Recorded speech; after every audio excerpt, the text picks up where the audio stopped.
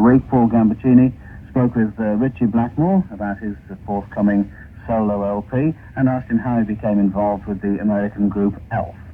We used to tour with an American band called Elf, and this was about 3 years ago, and about 6 months ago, about 9 months ago, I decided to do a single which wasn't written by Purple. It was a song called Black Sheep of the Family, and I wanted to do this record because I liked it, and Purple wouldn't do it, so I said I'd just get some session people and do it myself. I didn't want to do a solo thing, but it was just something I wanted to put down because I thought it could be a hit, and it's a nice song. So I called in Mr. Dio and Ronnie James Dio, and he said he'd do it, £1,000. That's it, done. And we started with that, and that turned out very well. And then we thought, well, we need a B-side. So we did a B-side. That turned out so well that we thought, maybe we should do an LP. So we did an LP. That's how the whole thing started. At which point in this whole scenario did you finally make your mind up to Deep Purple? After we finished the LP. It was exactly the music that I wanted to play. There was a lot of pressure going down with Deep Purple, a bit too much for my liking. We had to record 3 LPs a year and tour the world, and it just got a bit too much, the pressure, really. And are you going to do the Paul McCartney technique of calling it Paul McCartney and Wings and then just dropping it? Dropping what? The McCartney, once everybody realizes it's him? No, we're not having him in the band, so... No, I just put my name to the LP to help sell it, really. To tell people that I've left, because sometimes people don't realize, what band you're in. But I like it to be called Rainbow, just Rainbow eventually, maybe in 8 months, 10 months, when people really know who's in the band, when it's established itself as a band. Let's alternate discussing some tracks from the album. The first one is the one that really leads off the album, which is Man on a Silver Mountain. This song is dragged from the hidden depths of my mind, I guess, and I do the lyrics to this one. It's basically about the man on Silver Mountain is kind of a god figure, and everyone else involved in the lyrics and the song part of it are calling upon him to somehow save them. When you listen to the lyrics, you'll hear it.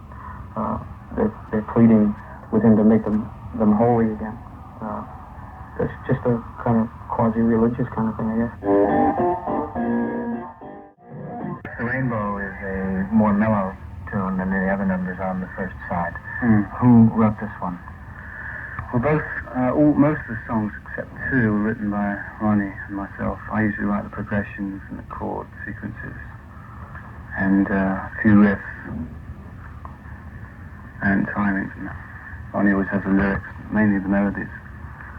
Catch the Rainbow was inspired by Judy Garland, actually.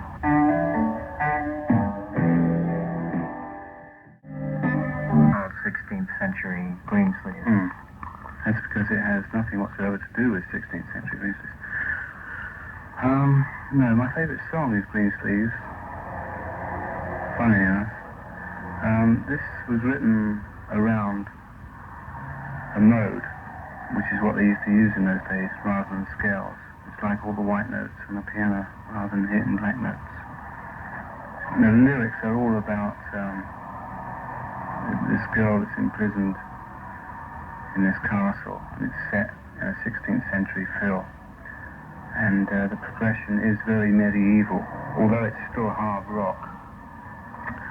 It's what we're trying to get across on a lot of the tracks is this medieval approach, so both into medieval music.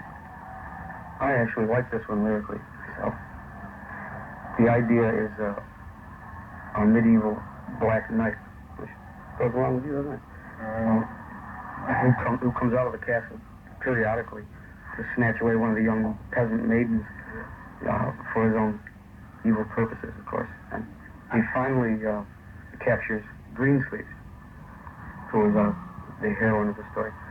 And the peasants say, wrong, this time we're going to have you. So they storm the castle, they burn it down, they end up hanging him. And it's just the idea that the peasants have finally rebelled against this tyrant. It's the progression from 16th century to democracy of today, actually, I guess.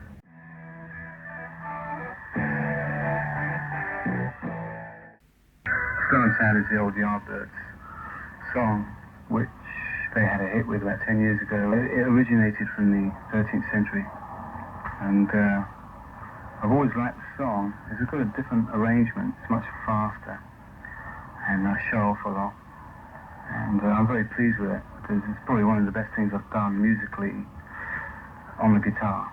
I'm very pleased with that, and it's quite a fast song.